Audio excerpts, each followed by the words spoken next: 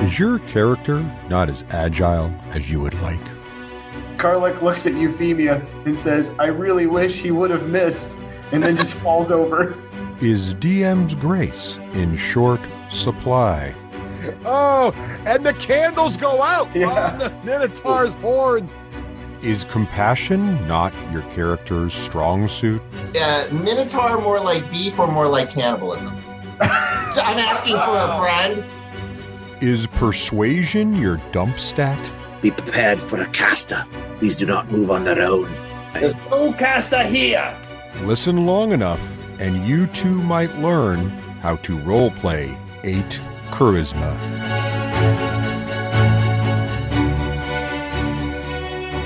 Hey, and welcome back. It's time now for another episode of Roleplay 8 Charisma. And it's now time for a summary. I think Joe just volunteered. I think Joe was like, you know what I want to do? I want to summarize what's been going on. Joe, what's been going on? All right, so let's start from the beginning. First of all, in the year of our Lord, moored in the Soul Forger, in 1339, it is written in the halls of the great clan Rockseeker, the history of the Frostbeard family. This is the story of the exploits in and around the town of Phandalin, recorded by exalted Dane Ulrich Frostbeard. This excerpt is read to enlighten those who wish to learn more of the evils crushed by the humble servants of Moradin. So as we last remember, we were in this room right here. It was a bellow forge room. Yeah. We came through and we had successfully stormed the barracks where we had a couple of bugbears. If you're looking at the map where I'm pinging, and you notice that my brother was of some use and Pyrrhic and I managed to kill all the others. Of course, we also had one of our great bard come through and storm with us. At the time we came back, we had Shadeen and our great lady coming up into the forge. They decided to find the way around the back of the room we had just forged to surprise those. And in doing so, in a northern corridor, had discovered more bugbears. And they are supposed to be coming south. I believe the noises are coming south from this passage up here. Or around the corner, and I believe as we ended, Rafe, your character just retreated down back towards us, and that's all I remember because it's been a while. All right, good summary, Joe. I take a point of inspiration for a good summary there, and I love your intro, by the way. Does anybody need inspiration? Because I don't need it. Rafe, you are the guy. You got it. All right, Rafe raised his hand for those following along at home. A couple things to add there. We are in the Wave Echo Caves, and apparently we think they're called Wave Echo Caves because every once in a while there's this whooshing noise like water rushing in on the beach, which is super weird because this cave, as we may remember, is nowhere near the ocean. Also, you're in this sort of area, as Joe correctly pointed out, in this sort of smelter area that the dwarves sort of realized there was this ancient smelting machinery there. You had blasted through this barricaded door into this sort of a barracks room. Oh, no, Russ. I have to correct you there. Yes, please. I made them open the door with the power of my... Oh, that's right. No, yes, that's right. Seppi, condom. That was well done, actually. Yeah, very good. Yeah, my hobgoblin, it's none too bad. I forgot about that. Yeah. But as that was happening, as Pyrrhic was sort of doing his mind games there to get them to open the door, Karluk was very perceptive in the northern part of the smelter room and could smell both the bugbears that Pyrrhic was trying to calm, but also the ones that Joe was mentioning up to the north. And he actually went up to the north, looked around the corner, saw some bugbears. It seemed like they saw him, and then he ran back down. It's clear that our Minotaur gets the zoomies, and that's just how he is. Like when the Minotaur is in a dungeon, he thinks it's a maze, and zoom, zoom, zoom. Right. And so the one other thing I wanted to add to this, and then we'll go back into the middle of our turn sequence, and we're going to keep things in turns because there's a lot still going on because up in the north there, the monsters are moving. Was right after that, right after Karluk came down, and there was a couple more rounds of you guys exploring this thing. You felt this large sort of like the entire cavern just sort of shifted and rumbled and moved in sort of a weird way, very briefly, and you're not really sure, but you're did the lights just flicker? I mean, that was weird. Like the lights just flickered and everybody just flickered, but now it's fine. It's okay now. And then also, at that moment, also Shadeen had a thought, and Shadeen, I've texted you the thought. All right, so now we are back at the top of the initiative tracker. With all that said, you guys can see on the map where you are. I believe right now in the barracks, there's Pyric, Ulrich, and Thalric. And then out in the bellows area, the smelting room, are the two. Now, one other thing, you guys are fighting these crazy flaming skulls that were casting all kinds of magical things, and they're hovering around. And one of the guys, as you defeated the skulls, they fell to the ground and sort of slowly glowed. And you tried a variety of ways to kind of smash them, and nothing you've come up with seems to have stopped them. And I believe there were some pretty good Arcana checks that made you feel like, given enough time, these might come back. And so you feel like you haven't permanently sort of taken care of them. And in the room with these sort of down flaming skulls that have been kicked around a bunch of times is Karluk, Shadeen, and Euphemia. So, okay, Euphemia, you're up. What would you like to do? Russ, what's the icon that designates those skulls that have been knocked down? Those giant red X's through the things. You see those are the giant red X. Okay, I'm right near one. All right, I'd like to. I am very concerned about those, so I'd like to use my turn to use my investigate powers. I'm going to kneel down and not touch it, kind of like Indiana Jones with the idol. Remember when he just could examine it before he even touched it? Yeah. So that's what I'm doing, and here's my investigation roll.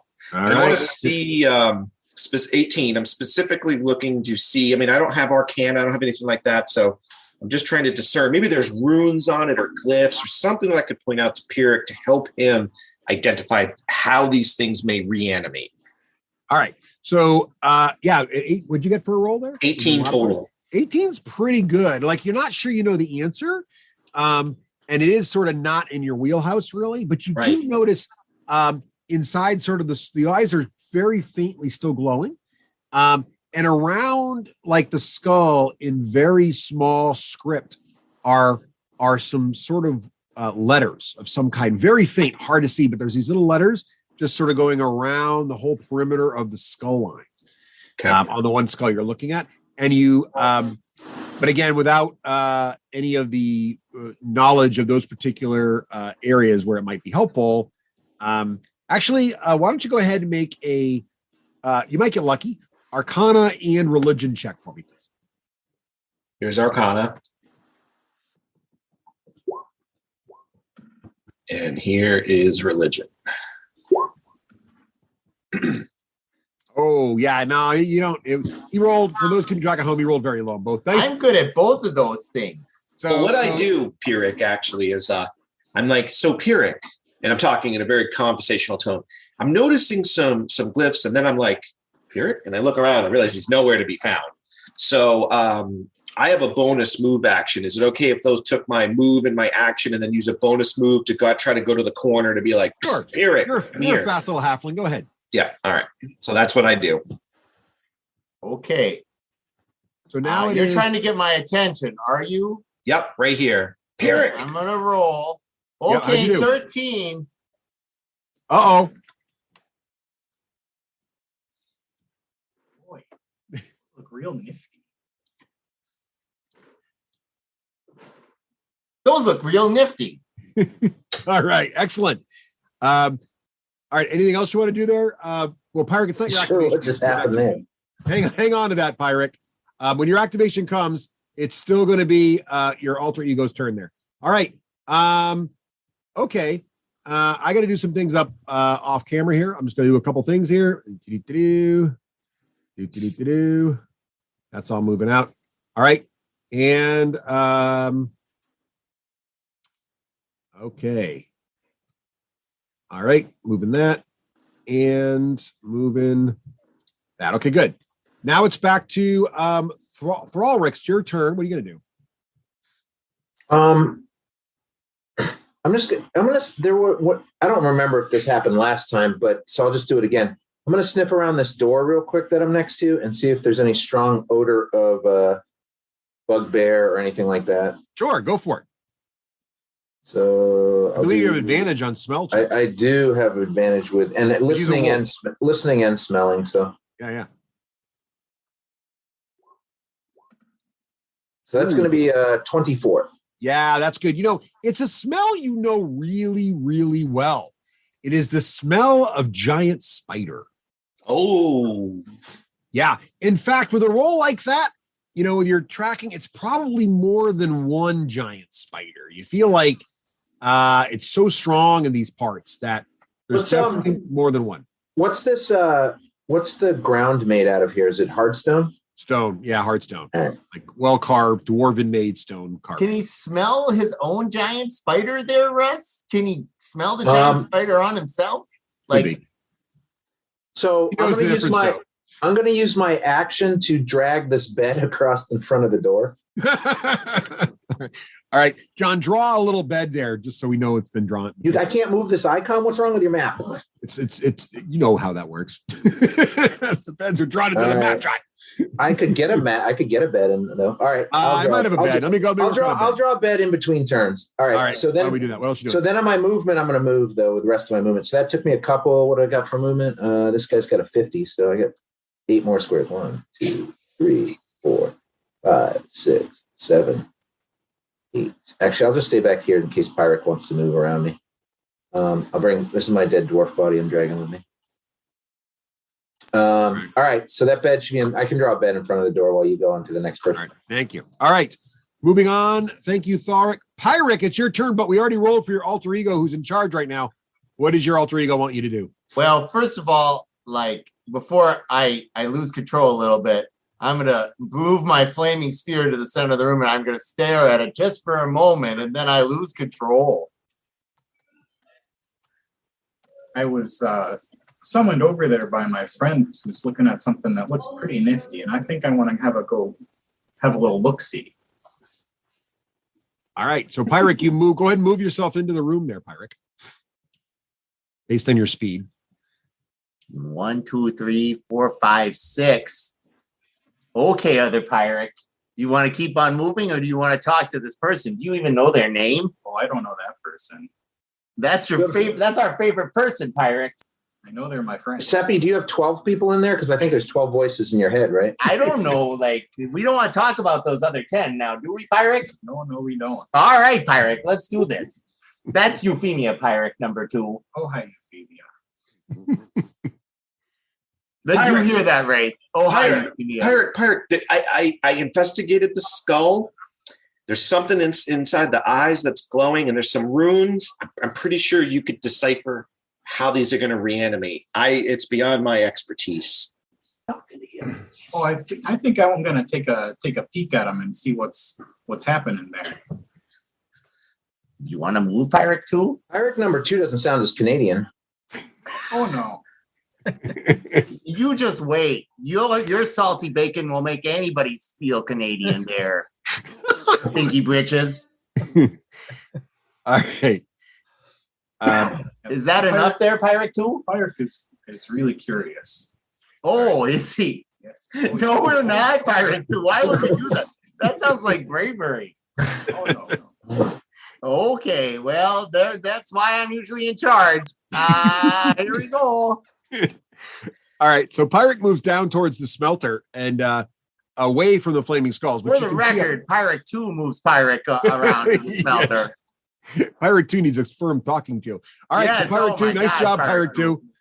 Pyric is down there and trying to remember where the skulls are. All right. So let's see here. Yes. So actually, Pyric 2 and Shadeen, could you please make perception checks for me? Okay. Sure thing. We're doing this together, Pyric 2. I would get so nervous when he tells Shadeen to do it. Why would you be nervous about me doing a -1? Because Russ is telling you something secret. I got an 11. Yeah, you can pretty much assure yourself that I never learn anything good in secret. No, I got a 10. Yeah, so neither of you really sense anything, which is fine. I'm sure nothing's happening. And And so I'm just gonna do a couple. Oh, it's a 13. Oh, I got a 12. 12, still not. No, I didn't think so, but I was just happy that I didn't roll worse. All right, so moving that. Well, you rolled better than me, Shadeen. Or I mean, No. better than me. Your bad rolls are legendary. All right. Well, Shadeen, speaking of you, Now it's your your bad turn. rolls are like Your turn. Yeah. Your audio is a little rough there, Craig. So I don't know if you want to turn down the gain or something there, but otherwise you're good. That would be far beyond my ability. Oh, and don't just go with it. What are you going to do, sir? What if there's the gain. How's that? It's a little better. Yeah, look at that. Right. What am I gonna do? I'm gonna go 1, 2. Step over this dead body here. Yeah. I'm gonna do a very impressive flip right there. I'll tell you how impressive in a minute. But that was very close to unimpressive. It's a tuck and roll 18. You know, I do a half gainer with a full twist, and I land next to the skull, and I poke it with my shadowy axe. The skull rolls slightly, but seems unaffected. Yeah, I already broke the other one into 4 pieces. I'm going to try to break this one. All right, make an attack roll against it. An attack roll. Okay. Yeah.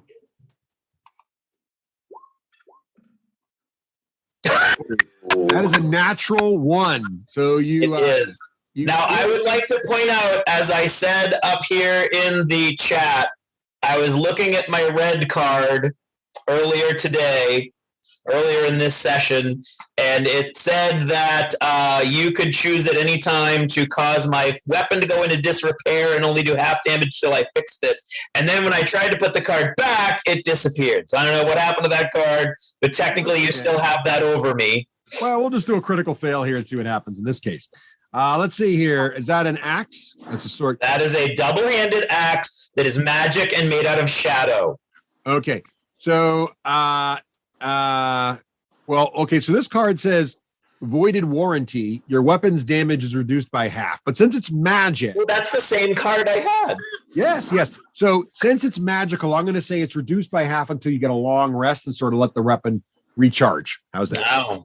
Well, that decides me on anything moving forward. That's not permanent like the card would have you suggest, but it's just an annoyance because your axe needs a rest to sort of. It's on the fritz. Yes, it's a little trouble. So bad luck there. Anything else, Shadeen? No, I think that's about it for me. I think that's probably enough there. If your axe isn't swinging like it used to be, Shadeen, I think they got a pill for that. Yes, there it is. All right, Karluk, what are you up to, sir? Let's see here. Karluk is going to look around the corner here. Seeing what's going on. Everyone's kind of taking their breath, and we know there's some more bad guys heading our way. So Karluk's going to look around and say, "You guys know how I went to the north, in the east, up there? Well, there's going to be an ambush of some bugbear." And so then Karluk's I'm going to hold, and as soon as I see 2 opponents that I can cast sleep on, I will cast sleep. Oh, nice. I'm looking at number 2. Cowlick's not like our favorite after little. All right. I'm the best bovine rhymer in the group. I say to Pyric number 2. Nice. All right. Got to move this other guy. Okay, and now we're on to Ulrich. What are you going to do? All right, so I watched Euphemia come over and say something to Pyric. I see our Minotaur get ready to cast a spell. Listening 100 times is not as good as seeing it once. I walk through this door and close it on my brother. 5, 10. Of course you do. I don't have any thumbs. Yep. And very happily, fucking Euphemia goes, "So, what did you want to show me on the skull that I can help you with?" Yes. Shield Brother, you got to come see these runes, and I think Pyrrhic's checking them out, but I can't decipher them. But I found them. Very good. Would you? And are you holding it, or is it over in the? No, it's over there where we were before, and near that channel. Okay. I can go back and show you. I'm gonna look at him. He goes, "You might want to open the door. The dumb wolf stuck behind it without opposable thumbs." I'm like scratching at the door. And I'll take a. If I do a second move, you're not injured, right? Nope, I'm good. Nope. All right. So 5. I'm gonna take a second move. 5. Let's see how far I can make it. 10, 15, 20. 25 to there. I'm gonna go to 25 to there, and there's Pyrrhic right down there, right? No, I'm over. No, you're going the wrong way. No, I went with Shadeen. All right. That's me. All right. I go, "Hi, That's Shadeen. the other. What did you do to your other axe? It looks a little flickery." It's flickering more than I'd like. And that will be the end of my turn. All right. I'm going to skip past some of these weird names in the turn tracker, but what I will tell you is, again, the entire dungeon starts to shift, and there's also a rumbling feeling. And everybody make a Constitution saving throw, please. Yeah, I think so too. Pirate number 2. Oh, that was actually Constitution saving throw. Do I just click on Constitution there, Russ? You do, yeah. That should do it. Oh, I'm rolling hot tonight. All right. No, it isn't pirate number 2. Mine's a 20. I have to roll it separate because I'm in wolf form. So. All right. So I'm missing Yeah. Karluk, and I'm missing. Did we lose Doc? His connection is terrible. He's going to reboot. So I'm missing Doc at the moment. So I'll roll for Doc. Craig, you roll for yourself. Doc rolled a 7. That's not good. And Shadeen gets a 16. Okay. So here's what we see. Whoever has eyes on Euphemia, who is right here in the hall. So Pyrrhic, I think you can see her, and that's pretty much it. But then also Karluk also failed, so everybody can see Karluk. When the lights flicker, Karluk and Euphemia flicker, like they're gone, but then they're back. But then they're gone, and then they're back. And something Tower of Terror at Disney. Yeah, and you're feeling like there's this wrenching feeling in all of your guts also as it happens. All right, so Euphemia, we're back to you. It's your turn.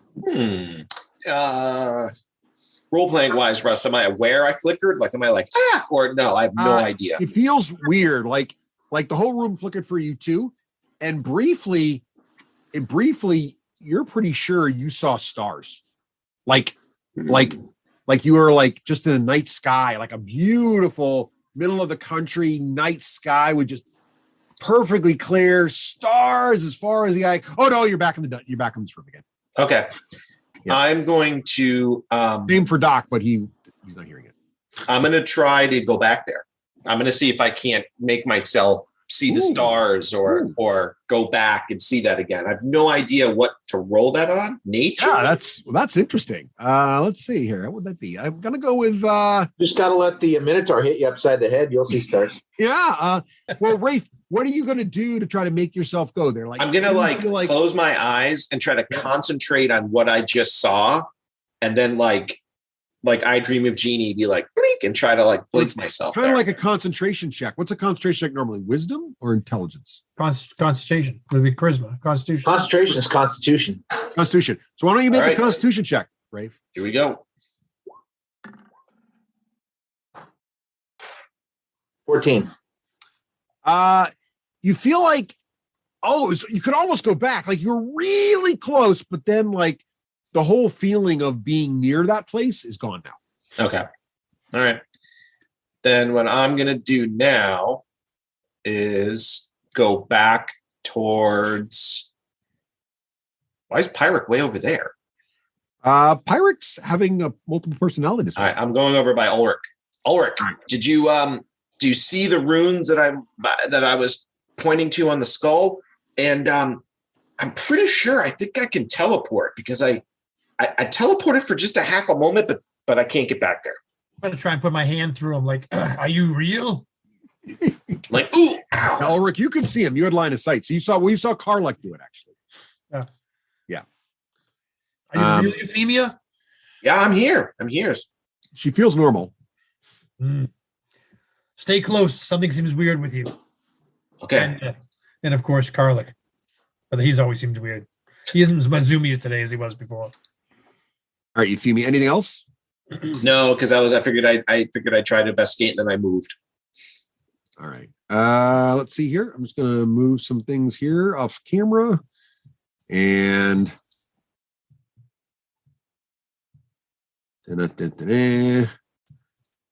all right. And John, where are you standing? Your wolf still you're where the wolf is, right? I'm trapped behind a shut door. Oh yeah. Okay. And well, speaking of you, Thalric, it's your turn. So what's the door made out of? Does it have a latch, a knob, a handle? It's a wooden door with a bar. The bar was down, and the bar has been lifted and is on the floor next to it. It's one of those doors with two. So the door does it swing that way or this way? It opens inward towards you.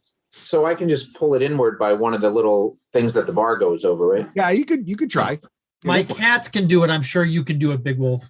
Yeah. Make a dexterity check. John, what you do is you push the door to get a little rhythm going, and then it'll swing open. That's how you do it. Why don't you make a dexterity check? All right. Sounds good.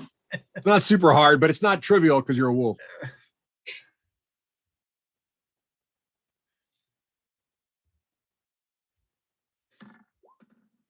Nice. 19. You get the door that's opening. 21, actually. Yeah, you think to yourself, who's a good boy? I'm a good boy. All right. One. So can that's part of my movement to interact with the door? Yes. Yeah. 2, 3, 4, 5, 6, 7. I got to bring my dwarf, otherwise I can't see with this miniature. Right. All right. So that was 1, 2, 3, 4, 5, 6, 7, 8, 9, 10. All right. So can we hear anybody approaching? Oh, make a perception check there. I have advantage on that with the wolf too, so we'll You throw do, that yeah. Try and make noise to confuse him. I'm used to listening to your loud ass, so it's fine. Just block you out.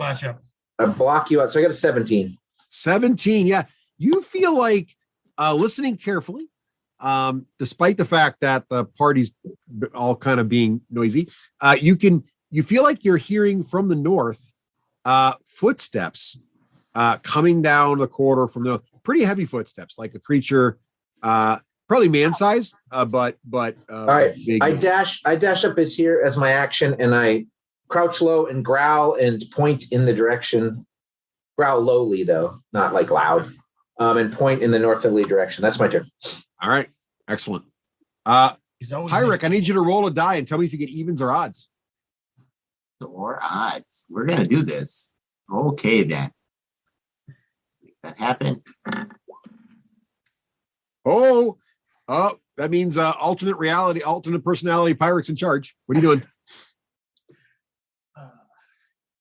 Boy, I'm seeing some weird things today.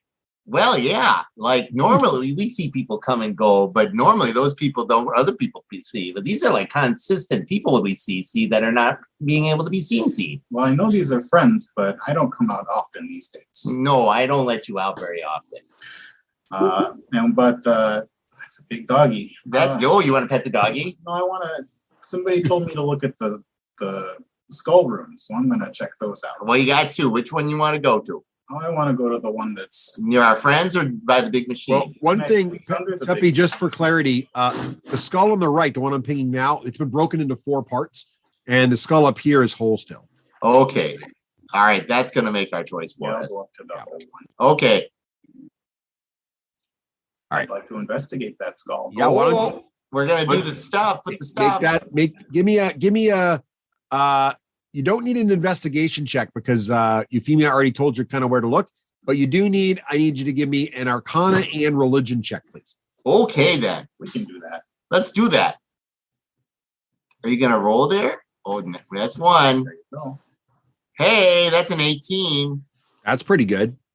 And a 19. Oh, you did good. Good Pyrex. job, Pirate 2. So Thanks, Pirate. all of you Pyrex feel very proud of yourselves, and you figure out that the religion was the way to go. This is like unholy script talking about sort of dark, demonic sort of things, the kind of things that the proper holy liquids could negate if you had it to be used upon it, that might even dampen or even put out these magics forever.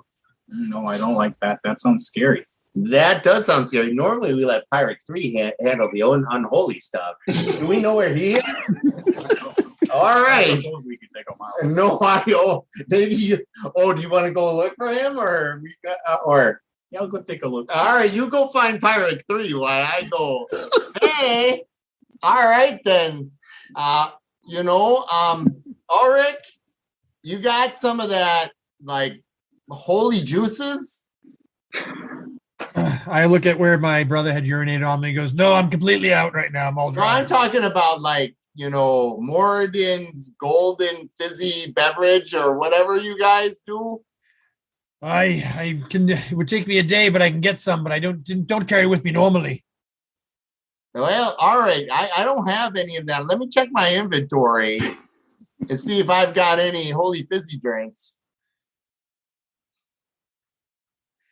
In my No mind, I'm holy thinking of fizzy holy drinks. water. I have a holy symbol I and got a one. prayer book. Yours is not holy. Yours is some knowledge god. Can I use those things to create holy water, Russ? So you're saying you're going to take a holy prayer book and try to make holy water out of it? Well, no, I have a prayer book and I have a holy symbol. Yeah. And I have water and I have. All right. Tell you what, tell me how you're going to do this. And well, there's always a chance it can work. Okay. How well you describe this will dictate how good the percentage chance is it will work. Well, I was more on board with this, but then somebody decided they were going to go find Pirate 3. And sometimes he gets a little unholy, but we're not going to talk about. I don't think he's anywhere to be found currently. That Pirate 3. So I'm going to use a combination of prestidigitation and the power of the Nord to get dense purified water. And then as the droplets of water come down from my arcane power, they're going to drip over my holy symbol and through it while I recite holy script from Ogma as it drips down on the skull. Wow. Okay. Go ahead and make basically a religion check to pull this off. And All would right, you like Pirate to? 3, are we on board with it? No, Pirate 3 does not like this. Pirate 3 wants to use our inspiration to make us have a disadvantage. Not nuts about Disadvantage or advantage? No disadvantage. Pirate 3 is not nuts. He is not about this. Okay. All right. Okay. Go for it with disadvantage. With self-imposed disadvantage, go ahead and roll a religion check to see if you can pull this Pirate 3, why are you messing with us? Me and Pirate 2 wanted to do this. Hey, you asked me to be here. No, I didn't. Oh my God. Oh, I did. All right, then. We're going to try disadvantage. Steppy, you deserve like 12 inspiration right now. But not 20. What was the earlier roll? His lowest is an 18. His lowest is an 18. So even by burning his inspiration. No, he's going to get Pirate 4. When been- Pirate 3 feels beaten up on, he gets Pirate 4. That's a big problem. Right. We don't want Pirate 4 to show up. The good He's news is this liquid paste, whatever happens here, pouring over the holy symbol, as it comes out, you do it in just the right way, with just the right proportions, with just the right amount of holiness involved, and somehow the fire and light in the skull completely diminishes, and the writing fades away, and the eyes go out completely, and the skull looks completely like a normal I skull. told you, Pirate 3, we could do this. Pirate 2 will be so happy, but Pirate 4 is coming because he's very angry. Uh-oh. I think I see him. right, that's my turn. All right, Obviously. nice, Pirate. All right. Well, just as Pirate does this, and he is very proud of themselves as they're feeling this moment. Karluk, you were holding your action in case anybody came around the corner, and a good thing you were, because two bugbears walk around the corner looking very angry and very determined. Karluk, what exactly had you held your actions to do? I believe it was cast sleep. Gallic is casting sleep. All right, Karluk. I need somebody to roll 5 die 8 for me, and Seppi, will you roll? One of the Seppis roll 5 die 8 for me. I feel a good roll from the You Seppi. sure you want him to roll? Oh my goodness. Historically, He just rolled an 18 18. with disadvantage. I think he's having a night. I guess that's true. He's having a good night. Did you say 5d8? 5d8. Yeah. Oh, 20. that's not the 20. worst. All right. Is there anything else you got on that doc? Is there any bonuses, or that's it? Not an No, average. that's it. That's it. Yeah, I All threw right. a little sleep dust out there. Well, I'm sad to report that it appears to have no effect. Oh But you do cast your spell and look really good doing it. But on the bright side, I can blame Seppi. So Yes, yes. Whichever Seppi you want, maybe all of them. that's right. It takes That's a village, fair. but it wasn't enough of a Fair village. enough. Yeah. So, You betcha. all right. So the bugbears come around the corner, but they don't do anything yet. They just come around the corner and kind of take stock in the situation. And one of them says, "They're over here. Better get moving, sir." And Shadeen, it's your turn. Oh, it is. So I look at my fritzing shadow axe and I spend a moment to think to myself, yeah, I'm pretty much out of a lot of my offensive capability. So I'm gonna do a very impressive backflip to get back up there. Let's see how that works out for me.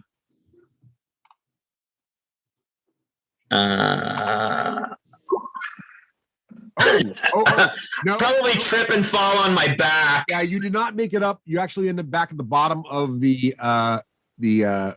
canal there. Yeah, Unfortunately, being unable to flip up. yeah, that makes sense. Yeah, that's on brand for tonight. Yeah, not a good night for the gladiator. And then in that case, clearly the universe is telling me that I need to Eldritch Blast this guy. Oh, nice. All right, go ahead. And I shall Eldritch Blast that guy. Is that a 1? Natural. That's a 1. Natural one. Another 1. Great. Go to the critical fail deck for spells and see what happens here. I'm going to pull this one out here in the middle. Looks kind of a fun one. Hey, that's great. Happens every time extra pirates show up. My normal luck shifts to someone else. Oh, this is great. And all us pirates, we feel bad for you. I feel like the greatness of this is going to be relative. Yeah, yeah. is, It's subjective. The name of this that's the spell word. failure is Oh My. A challenge rating 1 creature chosen randomly by the dungeon master appears within 30 feet of you and is hostile to everyone. So basically your spell just some. I just conjured something up. So I'm going to do a quick random monster generator. We'll get to that in a moment. Craig, anything else you want to do? Because your day's just going so. Sorry, everyone. Sorry. No, I don't have any of that. No, that was my move, was slamming my face up against the bank and then summoning a creature, clearly. There you go. So, okay. Here we go. Let's go to, I believe it's Karluk's turn. Karluk, what are you going to do while I figure out a random monster? Let's see. Gallic is how far is Gallic from the bugbears? How far is Karluk from the bugbears? Yeah. You can do a little range check here. Let me get the range indicator. Karluk, you are 65 feet away from bugbears.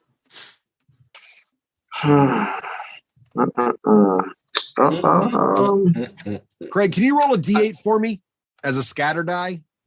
As a scatter die. Just roll it because I'll see what it pops on my screen and that'll give me a direction. Yeah.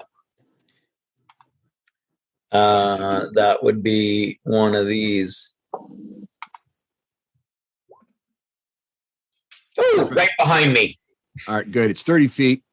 So right in between everybody, except for me. But all right, excellent. So while we're generating that little guy, there he is. It's a little flying snake. 5, 10, 15, 20, 25. Look, I guessed properly. There he is right there. Let me get him on the initiative tracker here, and we'll be good to go. If he kills all right, Carlick, what are you going to do? The flying snake just appeared. You get the sense there's something to your right, and it's a little flying snake. I feel terrible just running over and attacking a harmless flying snake, but it's the only thing close to me. So I will do my duty as a hero and advance forward. If it makes you feel any better, it does appear angry. It does look angry. It's got a little. It is hostile towards you. It is close to me. I don't like this circumstance. It just appeared into being. This little snake just like showed up and just start flitting around here. All right, here we go. Almost. Roll 20's almost back. It appears, by the way, to be on brand. It appears in a puff of shadow. Yeah. Didn't know you could do that, did you? No, the universe is showing me new abilities I have. All righty. Calic advances with a mighty 11. Do I hit the tiny snake? Well, I have good news. You've chosen an opponent worthy of your swings. You do hit. No, I'm sorry. He's AC 14. You miss. All right. Sorry to say. Oh, no. His challenge rating is what you miss him. Calic feels terribly embarrassed because not only have I brought bugbears down upon my friends, I didn't put anybody to sleep, and now I can't fight a snake. I'm going to reflect upon my position in the universe. That's my turn. Carlick, you did advance on him, right? To swing on him. I did. I'm about to. Thank you. Thanks. Yeah, there you go. Okay, so Carlick, we did just not our night tonight. I guess we're just out of practice. I don't know what's happening, but yeah, that's okay. So another bugbear walks up behind the other two bugbears, and you can all see him because he's a little bit taller than the rest of the bugbears, and he's got a impressive looking stature about him. He looks like this. So you all see an image of him. There he is. And he has this really cool ornate bow in his hands, and he's looking over all of you, and he's trying to decide. It looks like he's trying to assess who is worthy of being shot at this point. But he's just assessing the situation. And it is now Ulrich's turn. Ulrich, what would you like to do? I look at the snake. I look at the bugbears. I look at the snake. I look at the bugbears. In adversity, the true feelings are revealed. I'm gonna step. Oh, God, I want to kill that snake so badly. You know he's gonna drop Carlick and then come after us to the party. That's gonna be the one that does all of us. I'm gonna step up here. Can I? What's they say? Double movement to climb down. Yes, unless you want to try a backflip. That's been working really well for Shadeen. Yeah, I recommend it. On the top of my thing. Right. So need to do the Iron Man drop down there. Yeah, That's so right. I go down onto the thing. 10, right. 15, 20, 25 to there. I go, you wish to fight? Fight me. And then I'm going to go dodge action. Okay. Dodge action. Nice. I like it. Okay. And now it's some other people's turn that are off screen. So Joe, I love how you're still doing the quotes. That is so awesome. I still got 150 more to go, so don't worry. Do not give up on that. Okay. And now it is the two lead bugbears are sharing activation here just to keep things under control here. Interesting. So they are going to advance on Ulrich. So bugbear number 1 advances on you, and I know you've got a dodge action up, and he's going to swing at you, Joe. Yep. He's got a morning star because that's how bugbears roll. Yep. And so he swings his morning star at you. He doesn't even say anything. He's just being like, it doesn't even say anything. He just feels good about this. He rolls a 20. Does that hit you? You got to roll. You've got disadvantage. Oh, why? So because he's dodging. Oh, you're using your dodge. now, or is it all the time? It's once, right? No, it's all it's anybody you can see. Yeah. Oh, nice. His second is going to be a 17. Misses. Ching. Shield comes Nice up. dodge. I go. Too bad you didn't have cool lines used against me. And his friend comes up and he also swings at you because he thinks he can get you for sure. So he's going to roll with disadvantage also. And his low roll is going to be a 14, which also misses. So nice job there, Ulrich. For Morden and the Dwarven Kingdom. Yes. And it is now Euphemia's turn. What are you going to do? It makes you feel any better. You're helping to determine for the archer who to shoot at. Well, it's better me than you guys. That's true. Euphemia, knowing how bugbears really trigger Karlik, looks over her shoulder at the snake, turns to aim her bow at it, but then shakes her head, realizing like Karlik must be just befuddled in the head, and sees, thank God, Shield Brother ran towards the bugbear, or she would have gone for the snake. She kneels down, doesn't move, and actually I can move because I have advantage because my friend is in the way. I don't have to use my steady aim, but I will anyway. I'm going to shoot per normal because then I get advantage, or I get sneak attack. Okay, so I'm re-remembering the rules. All right, rolling to hit with my bow. You get sneak attack because you have an ally within 5 of both of them. Yeah, but I got to remember, if I'm not using steady aim, I don't get advantage on the shot. True. I've got one screen up, so it's showing me 16 total. Who are you shooting? I'm sorry, I missed it. I'm shooting the opponent next to Ulrich. Can you ping them for me? Because they're all. Oh, sorry, I'm on John's screen. Yeah, there's two next to him. Okay, got it. I get it. So you rolled a 16, you said, for AC? Yep. Well, which one are you? Oh, this one over here. Okay, one on the right. All right. His armor class for a bugbear is 16, so you hit. Woohoo! Yeah. Okay, here we go. I'm doing the dice a little differently. Sorry. I got to find the dice. Oh, wait, wrong screen. Okay. D6 times 3.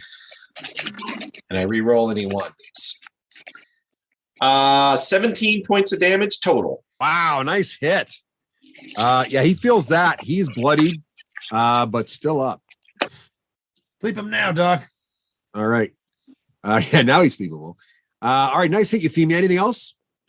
Yes. For my bonus action, since I didn't use steady aim, I will do what I do. Disappear into the shadows that exist behind the direwolf. All right. Fair enough. It is low light, so go for it. Uh-oh. A natural one. What? Except, yeah, you're gonna due to halfling abilities, anytime I roll a 1 on ability check, I get to re-roll. Nice. Go a little halfling luck. For a total of 18. Oh, you're feeling pretty good. So it appears as if I stumble into the light, but I don't. Yeah, okay. I basically go, look, pirate number 4 to the bugbears. Okay. All right. So after Euphemia shoots her amazing arrow shot that really bites deep into the bugbear, you guys again feel that shifting, uneasy feeling, and there's just loud. But this time when the whole dungeon again like sort of shifts, it's like someone's just shaking the box on you all of a sudden. And this time is like the strongest yet, and there's a loud boom. And everybody make a Constitution saving throw again for me. I'm a dwarf. I do not feel failed saves. And succeed. My brother fails. I got a nat. And you I got a nat 1, so. Oh, ouch. All right. So this time. No, I must have got a 3 because I didn't have any pluses to it. Yeah, I'm showing you the 3. So you got a. So I have a. I'm just looking at the numbers. Although you didn't. Yeah, it was Constitution. So I have a 5 right now. Okay, 5. So Thralric, Pyric, Euphemia, and Euphemia, because Euphemia rolled twice. I thought I rolled a 1, but I didn't. So I got a 9. Okay. In any case, yes, you all. So several of you actually this time all the lights are flickering again. Like the walls around you are all flickering. And this time, Pyric, Euphemia, Pyric 1, 2, 3, and 4 got a 1. What's that?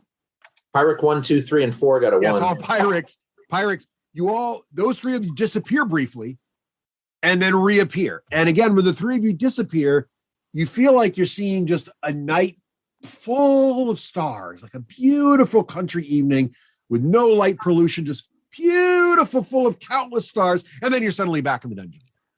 Now, do I see the other pirates or any of my friends? Ooh, Some make of a the perception. pirates are not my Make a friends, but- perception check. Make a perception check. Okay, so I see this beautiful night sky, and then I do a perception check.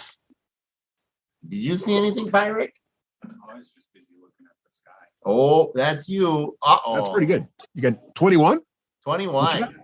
Yeah. So you're feeling like, ooh, there's something here that can talk. I could communicate with something.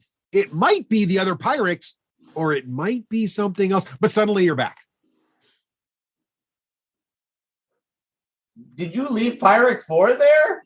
Pirate 2 is your job to keep it in place. All right. We're better. Okay. Thalric, what are you going to do there, Wolf? You Run got up here. a halfling behind you. Yeah. Oh, there you go. Okay. Yep. Yep, I run up here, and unfortunately, the halfling attacked the one on the other side. So I'm not going to jump over that thing. That's too dangerous. I saw what happened to the shadow child. So I'm gonna attack this guy right here. That is diagonal from me. Yeah. There you go. I have pack tactics as a wolf, so I'll have advantage. So we'll go ahead and do that. We're going to bite him. Attempt to bite him. That's going to be a miss with the first roll. Does a 20 hit with the second one? 20 does hit. He can't get his shield up fast enough from that height advantage. He is going to take 11 piercing damage. 11 piercing damage to the other bugbear. Yep. Right? And he needs to make a DC 13 strength check or be knocked prone. Here Yeah. comes the strength check. He's pretty strong, but hopefully he fails. Be He nice. does We not need a little succeed. fail. He A little fails. fail. All right. So that knocks him prone for my brother. All right. I don't like to do him favors, but I can't tell him I don't like to do him favors because I'm a wolf.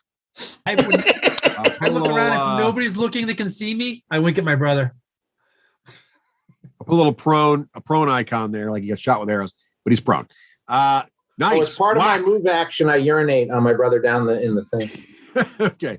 Excellent. Hey, make I a gotta constitution dodge. check. Do Make those a con check, see if you can summon urine.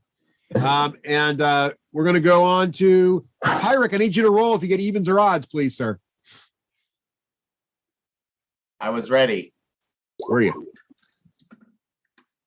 Odds again. Pyric, it is all your alter ego today. All right, Pyric, what are you going to do? Pyric, what are you? I don't know what number you are. Go ahead. I'm Pirate also. Pirate. Okay. I like also. Also is good.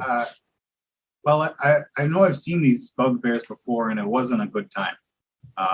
They gave me a bit of an ouchie, so I'm gonna make them feel the power of the Nord, and then I'm gonna go hide. Okay.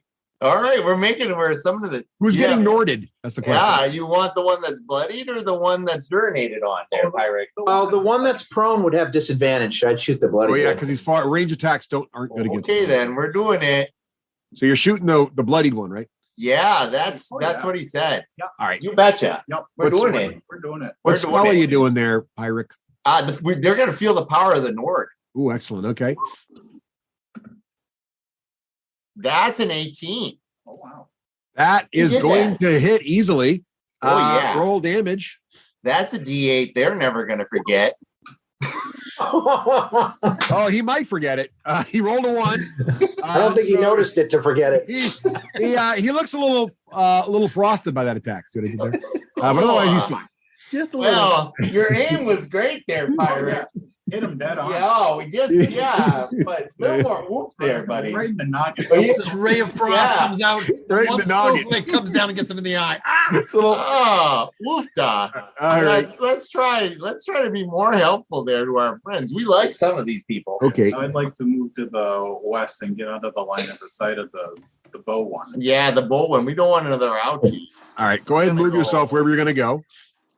We're gonna go here. Now it is the bugbear's turn. So Wait a second Yes. there. Yep. Sorry. Is summoning Moody a free action or is it a full action? What's it say? I don't know. I've never used Moody before. Where is it in our lore? What are you actually using? Or is it a The forget? figurine. The horse. Oh, the horse. Yeah.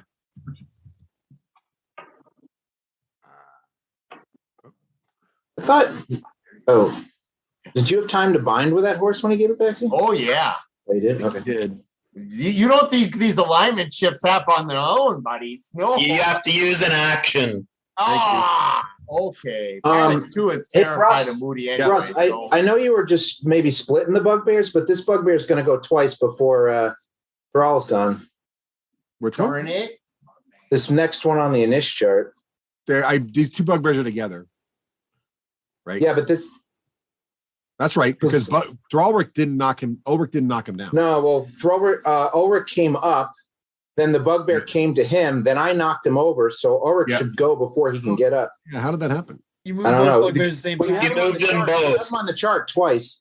No, You have them on- No, you have them on do I have them on 15? twice? Yeah, You have them on moved 2 bugbears for 1 token Wait. on the Yeah, you on have- the you have initiative them on chart. 15 Oh, and I did. 4. I'm sorry. Yeah, I'll skip that guy this time.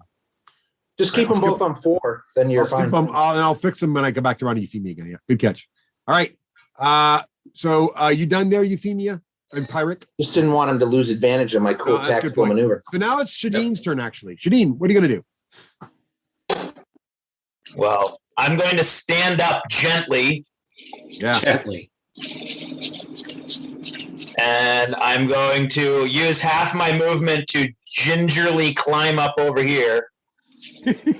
All right, the backflip's done now. And I'm completely ignoring the shadow snake that clearly is meant to be my familiar. We'll deal with that later. Okay. And I'm going to Eldritch Blast Mr. Has an Ornate Bow. Okay, fair enough. Roll to hit him. Yeah, if I can only... Okay, there it is. All right, here we go. No ones.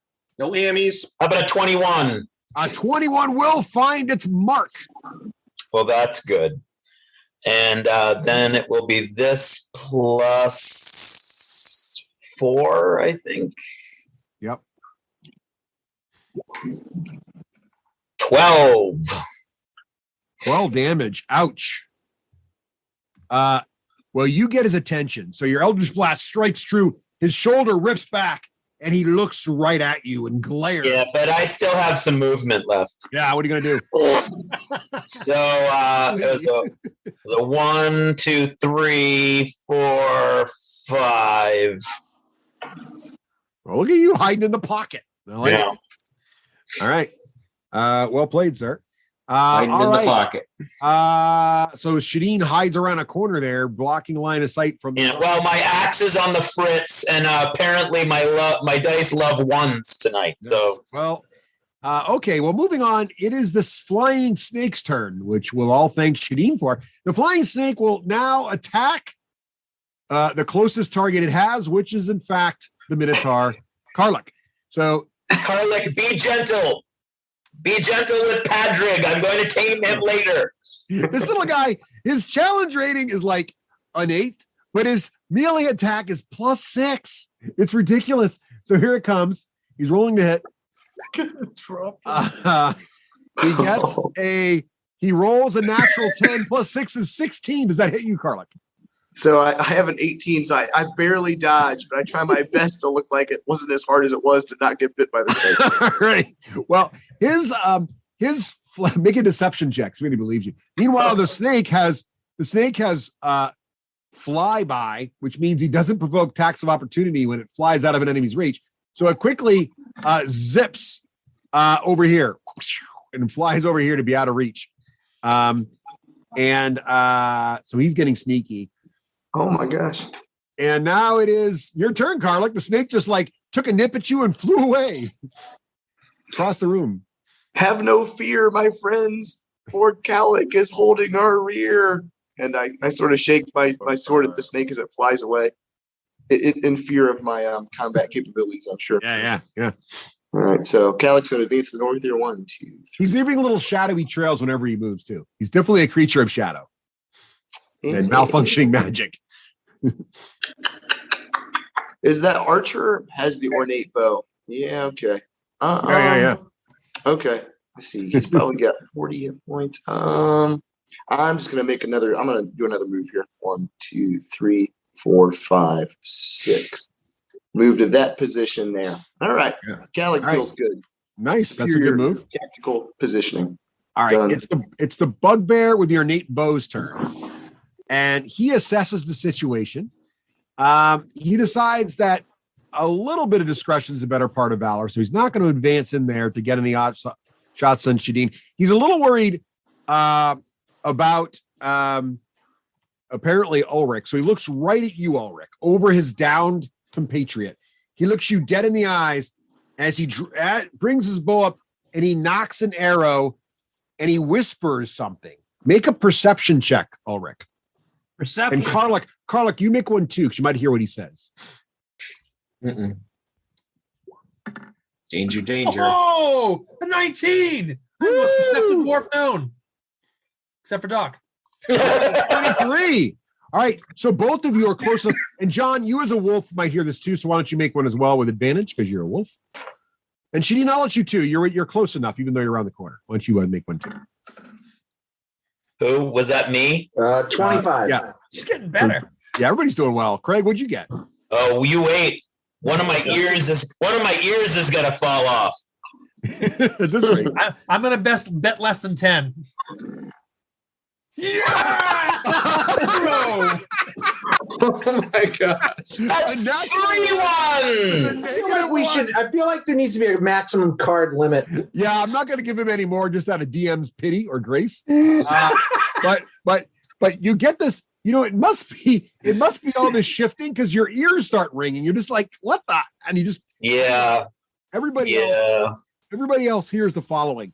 So the bugbear whispers quietly, as if to his bow, he says, Ter Dracalar Dungach Orleken, which who speaks Goblin? All the pirates speak Goblin. Oh, yeah. We speak Goblin to each other all the time, don't we? Yes, but the Yeah. pirates are too far away. All the people that rolled really cool to hear that don't speak Goblin. So you just heard that. I speak Goblin. No, yeah. Ulrich speaks Goblin. I speak Goblin. Oh, Ulrich does. Okay. It's what that translates to directly it is swift death to my enemies. That's And then not good. as he aims right at you, Joe, he fires and he says, Narldra Duno Dun Maja Dukangan. Is that Goblin? Because I understand that too. Which is also Goblin, which means swift death to you. And as he says this, he looks right in your eyes, who have wronged me. And the arrow comes straight at you. I catch it.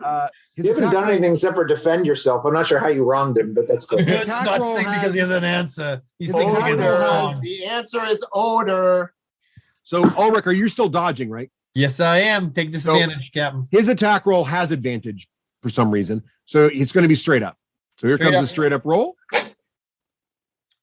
which is a 14. He is +5. That is a 19. How's that do? I'm going to catch that in the chest. All right. And it hits. And as the arrow hits you, a greenish darkness pulses through the arrow. So first you take a regular, what would normally you've been hit by an arrow a few times in your life. So you feel the piercing of the arrow and you take 2 points of damage from the arrow's piercing. And then the arrow pulses green from the fleshing down through the point. The pulse enters into your chest through the pierce point, and you take an additional 3d6 point damage. Oh my as gosh. well, 3 ones, for baby. a total of 12 more points of damage. It goes, "Ooh." All right, my temporary hit points are gone. And he just smiles, a big toothy smile. And I look at him and go, "Is that all you got?" That's It's a good thing it had a death wish because I'm pretty sure he's had hickeys worse than that 2 hit points. Yeah. All right. So that is his turn. And Ulrich, good timing because now it's your turn. Watch what I do to your friends because I'm coming for you next. I'm going to stand over. Actually, I don't need to move over there even, but I'm going to step here and take advantage on this guy attacking. Well, you already had advantage. He's prone. Yeah, I'm not going to step there yet. You're right. I'm going to step here first. I'm going to stay where I am. I'm going to attack the prone guy. All right. I'm going to crush your friend. Like You do get advantage because he's down. Yeah, and Get a that question. be a Good thing. 20. Yeah. 20 will hit. All right, and that is going to be you. It's going to do 12 points of damage with my hit. He's still alive, but that really messed him up. He is definitely bloodied. Okay. And then I'm going to step here because I can't get out of this alleyway without getting around them. I step here and go, your friends will be dead, and then you are next. He's just Now, firing at you. surrender in the name of Morden, for this is being retaken by the dwarves. And my friends here. and crew. All right, excellent. All right, I got to move some You guys. mentioned we have 4 wizards and counting. I got off-camera stuff happening. And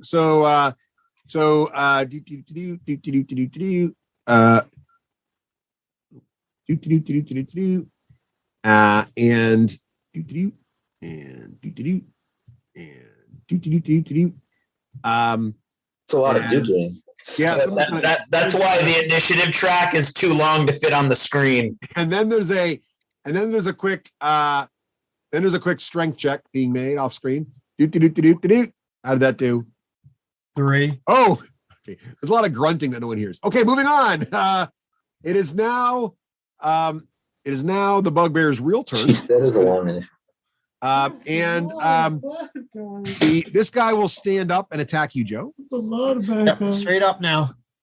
So he stands up, and let me stand him up here real quick so he can be knocked down. And he swings his Morning Star at you with all his might.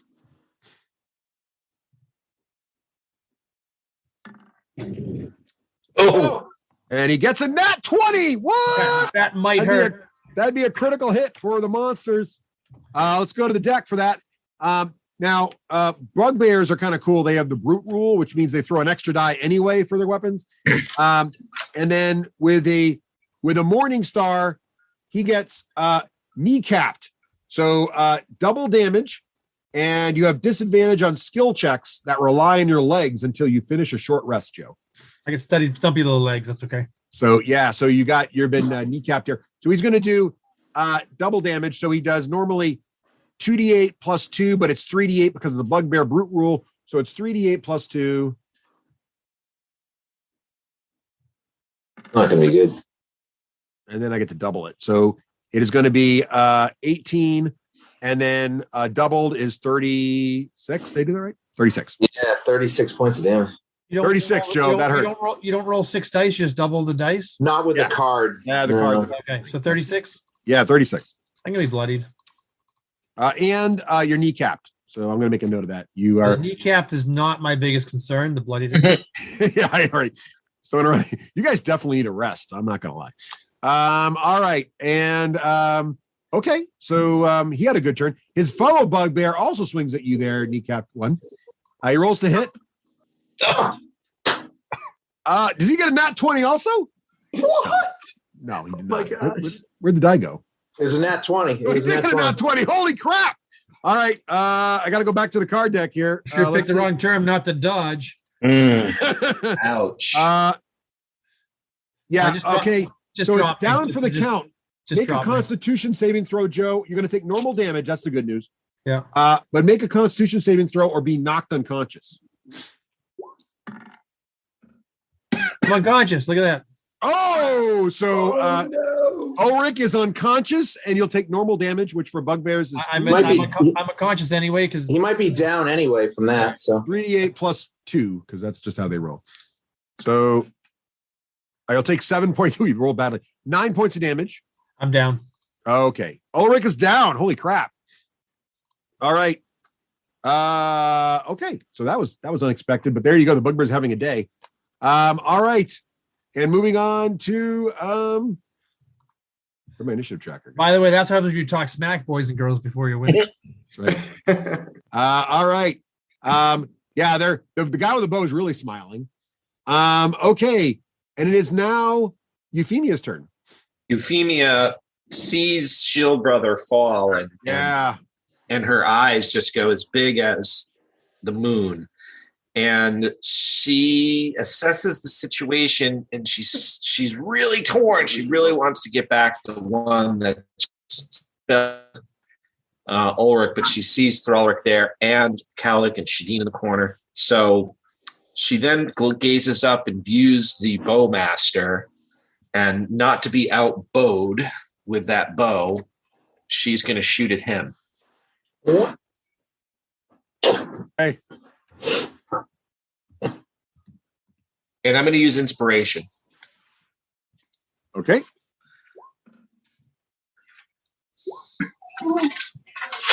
All right. So my first hit hits. Well, I don't know if it hits, but my first hit gets a 22. 22 is a palpable hit. Euphemia finds a true mark here. All right. And so that means I can use my sneak attack because I had advantage. All right. Is that correct? Is that the correct use of inspiration? If you have it, yes. And inspiration gives you advantage. So, yes, you've inspired yourself to have a sneak attack. All right. Let me get back. Well played, sir. Nicely done. Wait a minute. I think I can roll the lowest I'm over. lucky, but I also have Piercer. You roll the 2 if you like.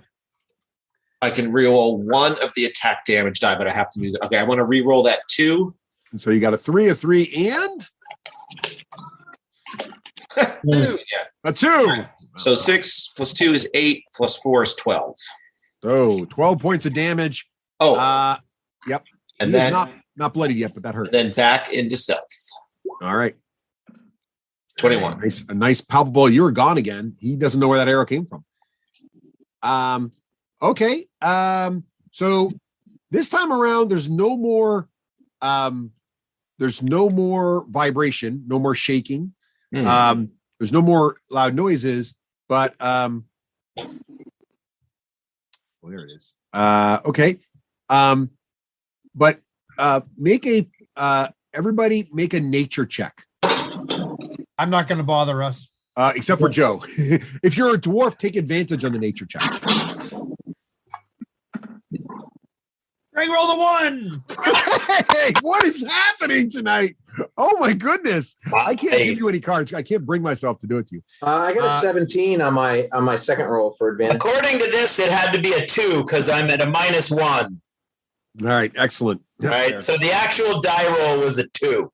Oh, good. I'm feeling better for you. Just FYI. It's a night if a 2 feels like a good. You gotta take it when you can get it. That's right. All right. So actually, only Thalric is starting to feel. Is it? You got this nice coat of fur, so it's fine, but it's starting to feel just a hint like, did the temperature drop in here a little bit? It's hard to tell. All right. And it is now Thalric. It's your turn, actually. All right. I'll try to finish one of these guys off here. I have advantage on this guy because of pack attack, so I'm just going to attack him. All right, go for it. 17. That will hit. That will hit him. Just seeing if I got an at 20, but I didn't.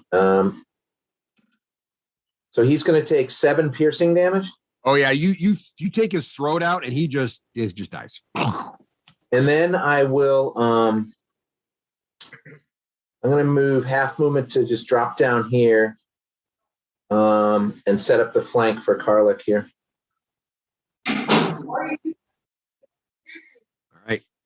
All right, excellent. And Pyric, why don't you go ahead? I'm standing over my brother. Since he doesn't know I'm guarding him, it's okay that I'm guarding him. Yeah, I mean, you could be urinating on him for all anybody knows. Yeah, everybody. Yeah. That's right. He Pyric, wants to wake up with my beastly junk in his face. There you go. Yeah, so Pyric still has alternate Pyric in charge. What are we doing here, all Pyric? We're gonna let the horse out. Oh, Pirate 3, no. Oh, no. The horse is not a good person, Pirate 3. All right. So we're bringing out the horse. Moody. All right. So we need, is this the nightmare? It is. All right. What are you going to do with the horse? It's going to reap the souls of its enemies. And step upon the downtrodden and the defeated alike. It is a nightmare. That's what you wanted to happen, right, Pirate 3? Absolutely. Pirate 3. All right, this isn't a great. I don't like you. This is It'll only fight if it's threatened. So don't threaten it. So I'm not going to threaten it. All right, I think I have. This isn't my favorite version of a nightmare, but it'll work. It'll work for the moment. I got to find a better one, but here we go. There you go. There he is. Actually, Russ, that's exactly what I pictured. he's purple like unicorn thing. I got to find a better nightmare. I got to get that. We haven't It's really My used him. My Little Pony, night rainbow. Oh, and I got a better one. Here's a better one. Wait, I got to buy that one. Anyway, next time I'll have a better nightmare. This will be our interim nightmare. So, Seppi, I'm going to give you control of this thing. You can. I don't know if there is a better one, really. I can. It will not normally attack, but I can also command it to. You gotta, isn't it? Where's Pyric at? Oh, you got to put it in your Pyric, right? Where's Pyric? He's down here. Oh, there he is. Sorry, my fault. I was putting him near you. There we go. He's way down. Yeah, he's way down here. There you go, Pyric. You can move. I think I just gave him control to you, so you can move him wherever you want. All right. Sorry, my roll 20 crashed. I'm trying to get it to work. All right, let's look at the obsidian figure. Whoa, look at that obsidian figure. It's friendly to you and your companions. It understands your language and obeys your spoken commands. By your spoken commands, it means yours, Pirate 3. What do you command Moody to do? Yeah, as long as your alignment is not good. Yeah. None of the Pirate 2's alignment is good. Pyric Prime and Pyric 3 do not have a positive alignment. So Pyric 3 is the one, I can tell by your hood, Pyric 3, that you're not the good Pyric. So you don't have any problems, but if you read the very last paragraph of the Obsidian Steed, if a good creature tries to give it an order, there's a 10% chance it ignores it. So no, Pyric 2, we put him to bed. There's no good people left. Well, it's good that you get the right pirate, because if you fail that check, you actually get transported to hell. So it just that's a big deal. We're not on Pyric 2, pet the pony. Yeah, that's right. To make sure the right pirate's in charge. One out of 3 people will be disappointed. What are you giving it for an order there, Pirate 3? Attack the nearest bugbear. Oh, okay. How fast does he move? He's very fast. He can probably get there. So go ahead and bring him up there. Do you have the stats, or do you need me to get the stats? I don't know how. This is the first time I've summoned Nightmare, right? Yep. I'll have to get him in the system for us for next time. We just haven't used them until now. Let me see. 5e. This guy's got to have some choices, I think. I feel like a nightmare is pretty bad. He's terrifying. Yeah. Terrifying. He is majestic and terrifying. He is. Yeah, he's all those things. I don't know why I'm looking on the internet. He can take you to hell. So we don't mess with Moody. Now Pirate 3 loves Moody though. Yeah, they're buddies. All right. So here we go. Bringing up the nightmare. All right. So he is. Let's see. You have a choice. You can do. Oh man. Well, it's only got one kind of attack, so bad news. But it's his hoof attack. It is +6 to hit. And it does 2d8 +4 bludgeoning plus 2d6 fire. It's actually a pretty hardcore hit. So that's great. Go ahead. It doesn't have multi-attack or anything. By the way, anybody riding the nightmare gets fire resistance. It also illuminates the whole area. And it has an ability called Ethereal Stride. So the nightmare and up to 3 willing creatures within 5 feet of it can magically enter the ethereal plane from the material plane, or vice versa, which is pretty interesting. But in any case, that Pirate 3. That we're not doing that. No, we're not. No, we're not doing the ethereal plane thing. Remember what happened last time, Pirate 3? All right. So go ahead and roll a hoof attack against the bloodied bugbear there. Because he's up above him, does he get advantage? Because he's striking at its head. It is over because you have the high ground. But we'll just go ahead and roll because Moody has the high ground. Yeah, go ahead and roll. Just roll regular. I'll give you advantage. All right, thank you. Sure. Didn't matter. I feel like tonight's just not going well for the party. So a bunch of misses there, even though he's +6. That's I got a 10. Yeah. You got a 10 natural, or no? You got a 10 total. 10 total. Yeah. Sadly, I rolled the 1 first. Okay. Just as I was about to roll it, that we had a right. Good effort to all the pirates there. Well played. I like the use of the figure. It is about time for that to come out in this sort of desperate situation. But now it is time for none other, the one, the only, the man who puts the S in shadow. Janine, what are you gonna do? I didn't hear half of that. That's fine. I am going to shoot an Eldritch Blast at that guy in front of me right there. All right, take a shot. Burn in Helios Falpine. I feel like I have to give you advantage because I gave. Oh, you don't need it. Oh my gosh, you hit. How about that? Roll damage. All right, this +4. Oh, there's the one. There it is. Okay, you ding him for 1. He's still okay. I'm gonna fade back here again. Shadine's like, I'm out. I just did. Yeah. Okay, well, it's the flying snake's turn, and the flying snake, let's see, can't see Euphemia because she's hiding. There's a wolf You can there. see a nightmare. It does have a nightmare there. So I'm going to roll nightmare. Nightmare seems kind of scary, honestly, but nightmare, wolf, can't see Shadine, nightmare, wolf, or minotaur. Or bugbear. 1 or 2, 3 or 4. No, it says specifically it's only hostile to the player. 1 or 2, 3 I thought or it 4. said it was hostile to everybody. 1 or 2, it's the nightmare. Here he goes. Rolls to attack the nightmare. He's going to zip in. Zip. Zip. Attacks the nightmare. Rolls to hit. He is +6. 21 on the nightmare. He hits. And I got to put hit points to the nightmare. But, we'll put, let me look up the nightmare real quick. He does, he's got 68 hit points. So I'll put him on his little figure here. And the snake does a surprising amount of damage. This little guy really needs to be put down. Let's just see real quick here. It does 3d4 damage, poison damage. I like it. Check to see if the nightmare is immune to poison. I will. If the nightmare is not immune to poison, he's going to take 8. And the nightmare has no immunity. Well, his immunity is only fire. So he will take 8 points of damage. -8. Okay. And then the little snake just flies back into his corner again because he's super freaking fast. Attack of opportunity from John. He does not provoke attack of opportunity because he has flyby. Ooh. Does he not provoke attack of opportunity from anybody or just the person he attacked? The snake doesn't provoke opportunity attacks when it flies out of an enemy's reach. So there you go. He's right. Yeah, the same my owl has. Yeah. Yeah. Okay. It is now Ulrich's turn. I mean, I'm sorry, Karlik's turn. Karlik, what are you going to do? All righty, Kalik is going to jump down into the ravine and then rush forward and slice this guy with the bow. So Karlik, Wait, before you do that, I know you want to do that. Guy's going to get attack of I opportunity. just was about to say that. Yes, this guy's He's on going to the get an attack ground. of Oh, I opportunity. thought he Is was that on okay? the ground. Yeah, he's up. Mm. You going to risk it? No. Okay. All right. You can get a flank attack on and get rid of that guy. Let me see. Yeah, okay. So I'll move 1 here. Move, boom. All right, inspiration. I'm going to. You don't need You inspiration don't need inspiration. if you attack this guy. You got the horse He's here. flanked. He's flanked. I'm If you going to consider attack using you inspiration, can use- and I'm going to decide against it.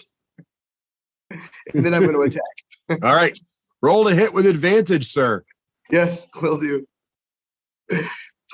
Callie gets flustered when it comes to attacking bugbears. It hits like a brick. Holy 25 hit, 15 damage. Oh, and he is Karlik. You take him out, take a point of inspiration as you feel just this energy of like another bugbear. My vengeance is complete. So not complete, but I'm on my way. So you by taking another bugbear, you feel pretty good about yourself.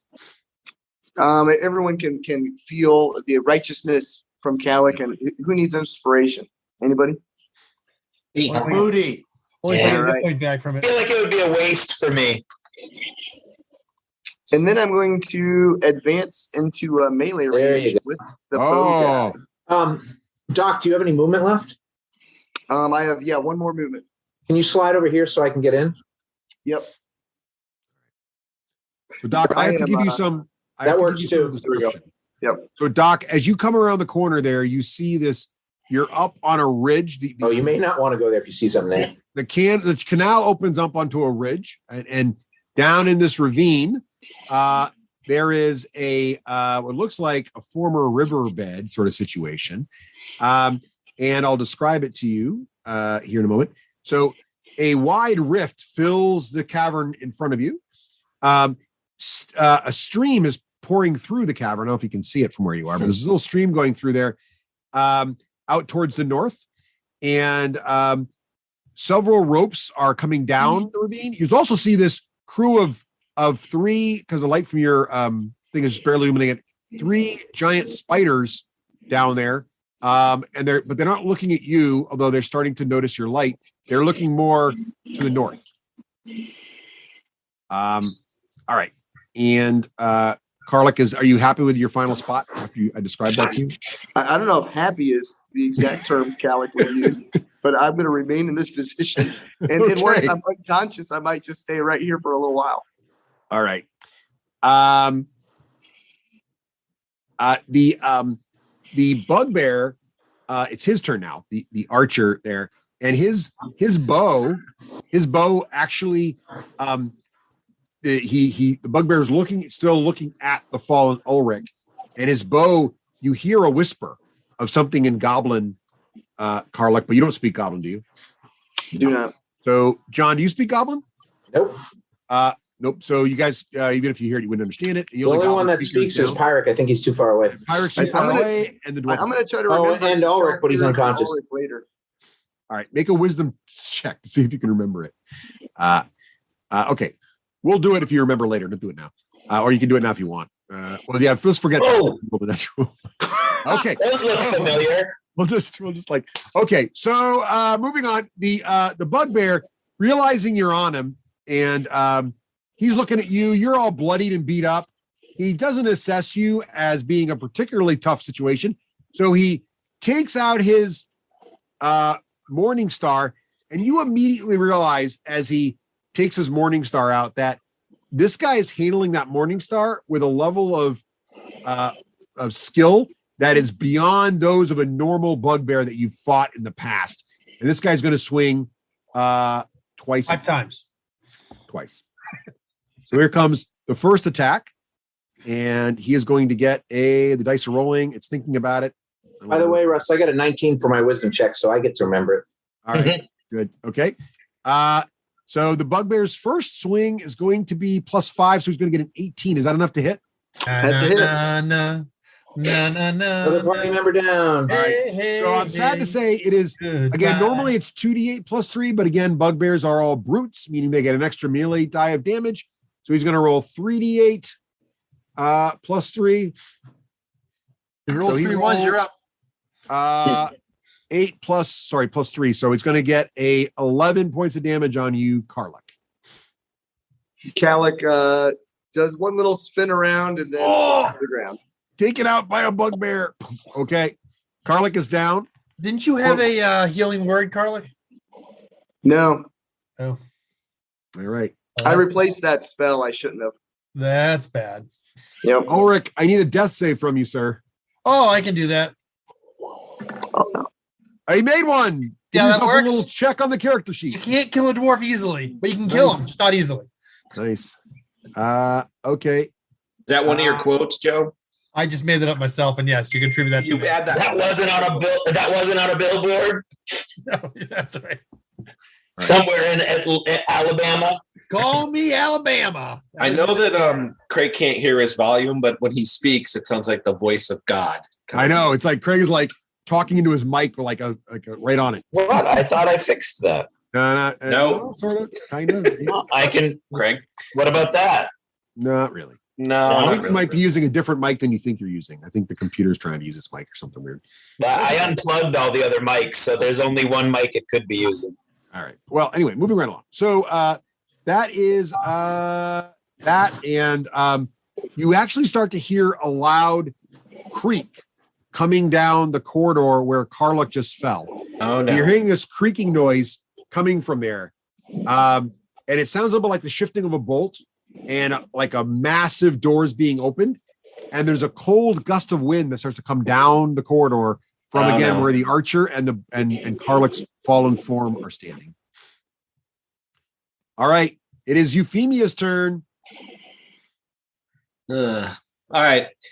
Again, she assesses the situation and thinks that she has to go for the ornate bow Morningstar Master, and now does have advantage. Nope, Right. does not have advantage because my friend Cowlick is unconscious. Correct? But he doesn't give you advantage anyway. He gave you the sneak attack. That's right. I'm thinking Pathfinder again. Do you have your aim? If you were Yeah, I can hiding, do my aim. Because you're hidden, you get advantage. Yeah. If you're hidden, you get advantage too. So I'm still hidden. Yeah, you get that then. All right, so then I'll just I'll use my hidden advantage. Yep. Good thing you're using a hidden advantage. Oh, there you go. That might not hit him. Does a 16 get him? No, he actually is just able to glances Jesus off. Christ. It hits his shirt, but then it rips the shirt. He and spins there's his a morning stain star, catches the arrow. Yeah, there you go. Thunk, it's in his morning star. We're in trouble. All right. Euphemia, anything else? Yes, I have to disappear into the shadows. And you do. Find me with a 26. Euphemia's rolling hot. Everybody else is not so much. Well, I didn't miss. There's a louder creak of a door opening, and the air is getting really cold now, like really cold, like it's like, you know, like a New England day or maybe a Minnesotan day, and it's like -5 outside, and then someone just leaves the front door open in your nice warm house. That's what it feels like's happening right now, blowing down the corridor. It feels good, like the northern cave. It's like the Nord is coming to say hello. It's like the Nord is literally outside. Hey, Russ. It's our kind of weather. Russ. Yeah. Point of inspiration for describing the cold by leaving the door open. All right. Thank you. And it is now Thalric's turn. All right. So part of my movement action, I'm gonna get him. Give a nice lick to Ulrich's face, figuring that'll give him an advantage on his roll. And then I'm gonna go 1, 2, 3. You should 4, kiss him on the cheek. 5. That'll enrage him to come alive. I'm gonna squeeze through here, 6, 7, and then 8. And I still have 2 movement left. Let me move my dwarf miniature up here so I can actually see. Oh, that's a lot of nastiness down there. All right. I am then going to use my inspiration to attack my oath bow friend here. So let's hope this works. Not looking good. Not looking good so far. Come on, baby. Yeah, that'll do it. So that's knock a him to hit. the ground, Captain. Knock him to the ground. I hope so. I mean, Ow. 5 damage, and then he makes a DC 13 strength check to see if he gets knocked prone. I actually kind of don't want him to be prone because then everybody shooting at him has disadvantage. But that's yeah, that's bad for me. Here comes his strength check. Well, he has a turn before you, Euphemia. So he gets a 13, so he makes it. So he's 13. fine. Yep, he's good. He's not bloodied yet by chance. He's been hit a couple of times by actually people. Not quite. Okay. All right, that's my turn. All right. Thalric, nice job there. And Thalric, by the way, those spiders you see are all facing north. They're not really paying attention to you. And actually, make a perception check there, Wolfie, with your hearing. Wolfie.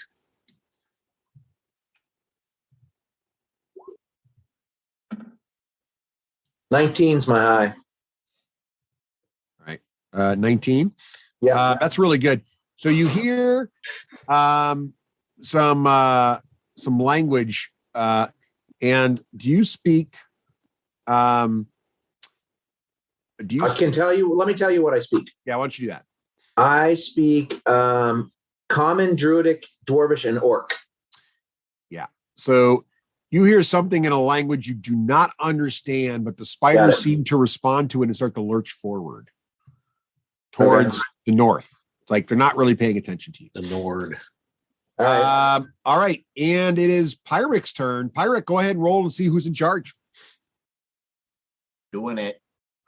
Who's in charge? Who's in charge? Who's a pirate? Oh, I'm a pirate. OG Pyrrhic's in charge. Pirate 3's eyes glaze over as he thinks of the north.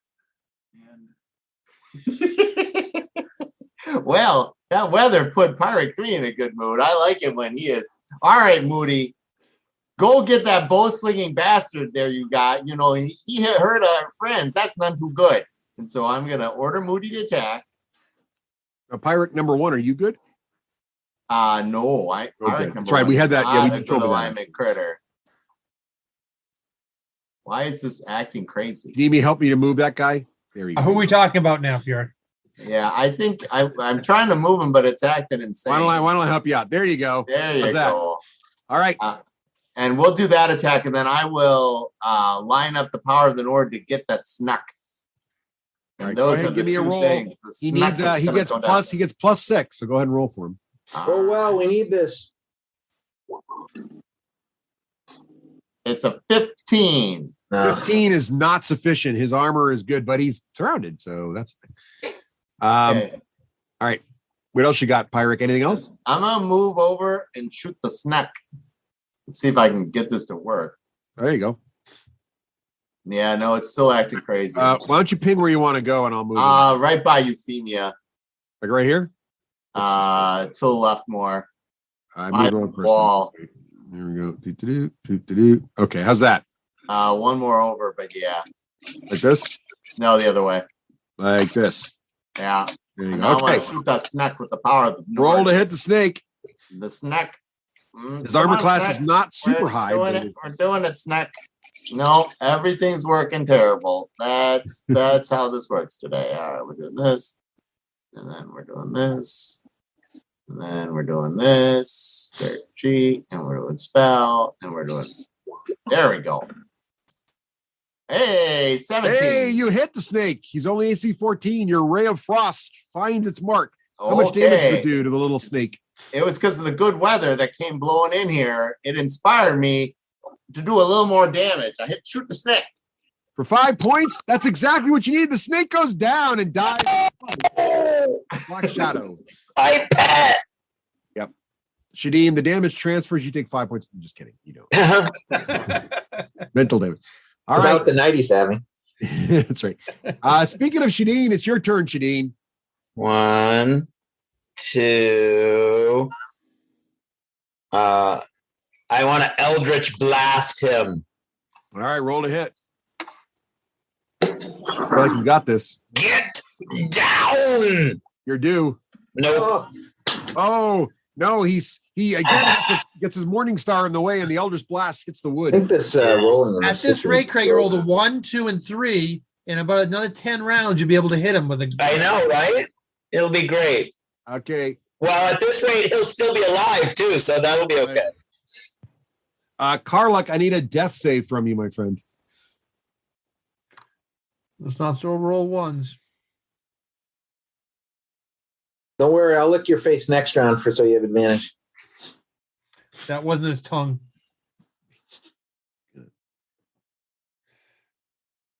Doc, are you there? Oh, Doc's talking. Do we lose Just Doc? skip over for now. He can make it. In Doc's parenting. Yeah, Doc needs a death save later. We'll remind ourselves of that. It is now okay. So all right. Doc, you need to make a death save. All right. The You're bugbear muted, Doc. archers, bugbears make Doc. Made it. Doc Yay! makes it. Hey, give yourself a positive check, Doc. Okay. So the bugbear archer who is looking a little concerned about his situation. He seems to have heard whatever was being said to the spiders and is also looking. He looks like make a perception check there. Is it insight or perception? Insight, sorry. Insight. 18. Yeah, it looks like he wants to get away, but he can't get by you, so he's kind of Yeah, trapped. well, we all want something. I'm sure Ulrich didn't want to be critical twice in a row. So yeah, so it looks like he's deciding to attack you because you're between him and where he wants to go. So he's going to swing at you with his. This is gonna hurt a lot, but it might benefit the party. So let's find out what happens. Yeah, so he's going to swing at you with his Morning Star, and as we already determined, he does that more than once. So here comes his first Morning Star attack. And he gets an 8. It is plus. Yeah, it is that's plus gonna 5. So that'll that's a hit. 13. I'm only a 14 as a. And as we've said, it's 3d8 because he's a bugbear. It's 3d8 plus. Plus 5 wouldn't hit him. Plus 5, he misses. He misses. He's only 13. He misses. All right, here comes his next swing. Doc. Oh, he got me that one time. does it. So here comes the 3d8 plus 3. It's gonna hurt. So he's gonna do 15 points of damage there, Wolf. Sadly, that's not enough to do anything to me except he for make me bloody. Swing, so you're holding the line there. So how much damage? I'm sorry, how much? 15 you said? 15 total, yeah. All right. Whack. So he's looking a little frustrated, and but he doesn't say anything. He looks like he's a strong silent type. And now it is. You know what? I don't say anything either. Elric's death save time. Hey, death save. You're gonna get a nat 20 because I looked you in the face. I'm gonna use my inspiration on this. So I'm gonna roll it twice.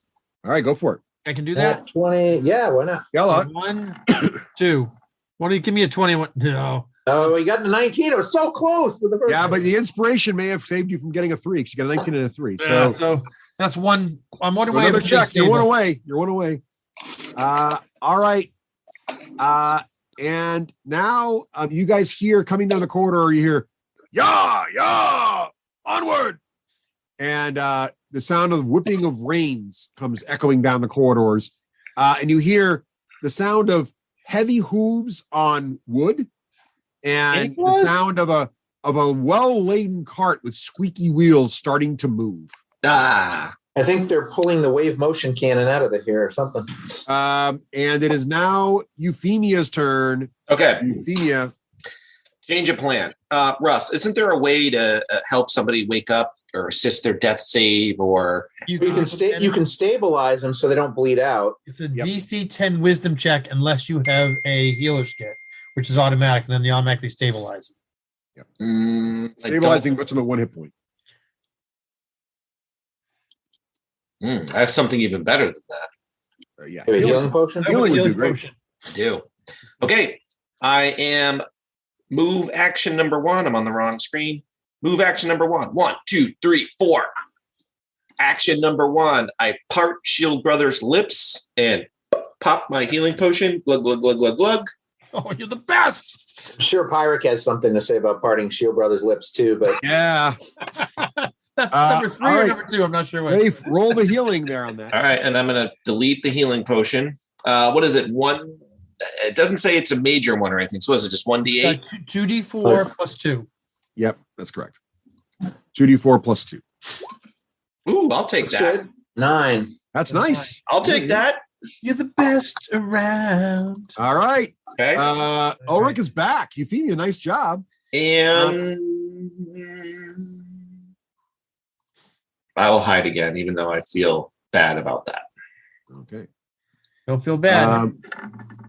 Home slices up. 17. Sorry, what was that? You rolled a hit? 17. No, he was hiding. He's 17. Yep, you're hitting. Yep.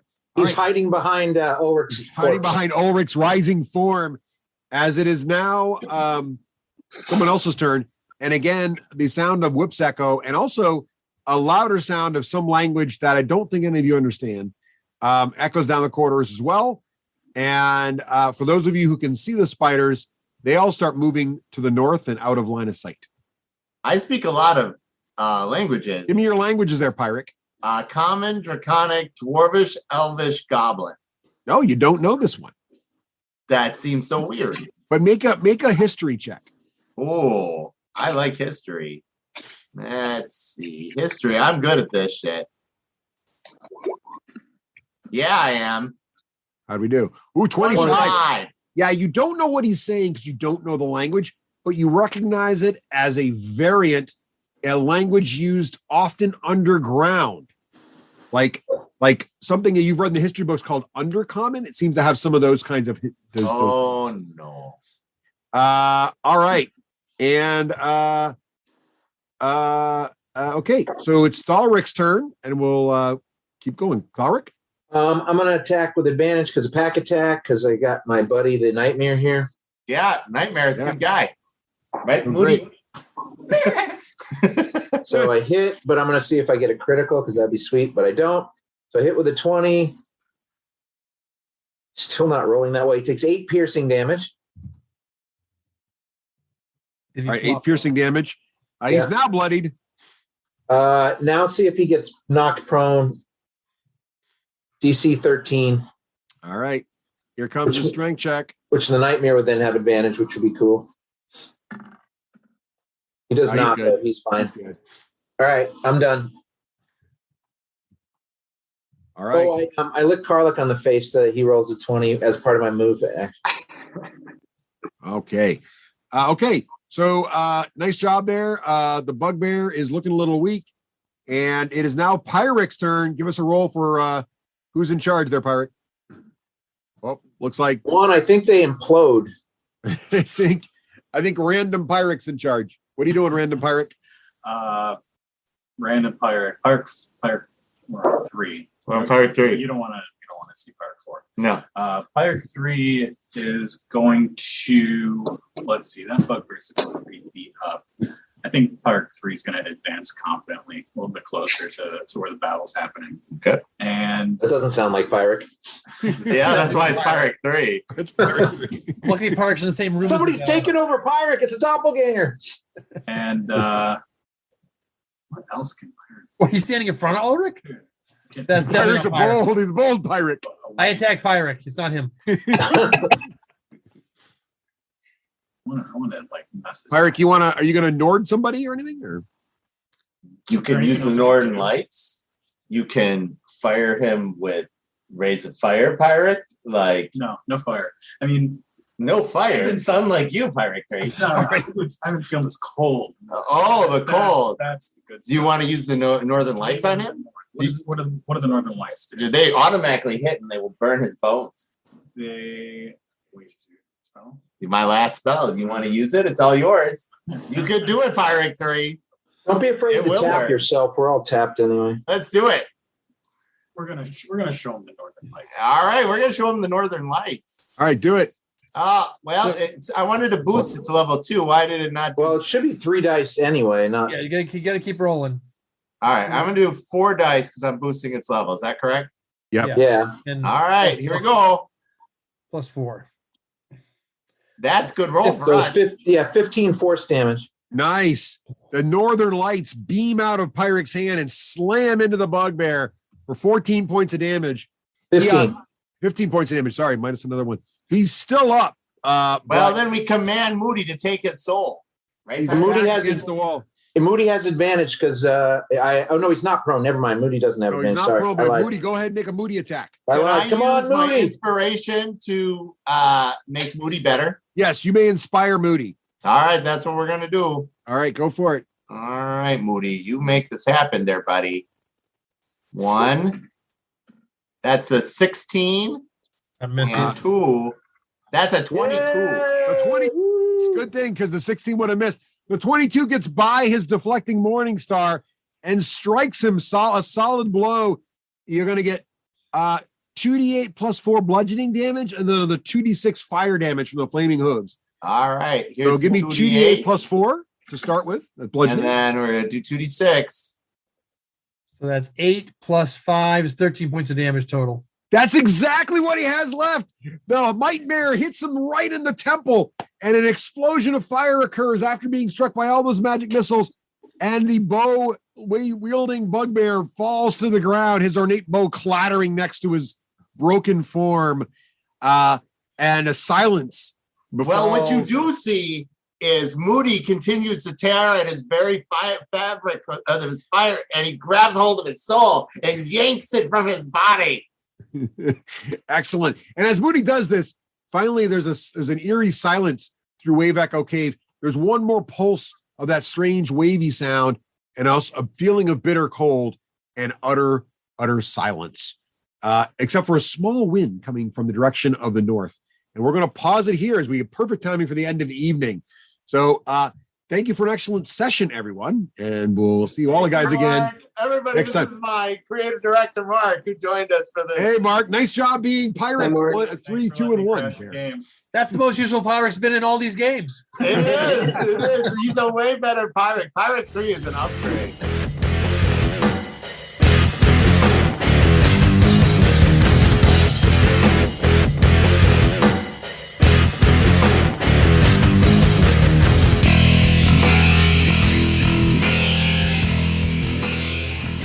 Achievement unlocked. You've made it to the end of another D6 Generation episode, the podcast whose humor has universally been acclaimed as not too horrible. Please let us know what you thought of the show by emailing us at info@thed6generation.com. If for some inexplicable reason you actually enjoyed this show, you can help others find out about it by leaving positive reviews on iTunes. Thanks for listening and happy gaming.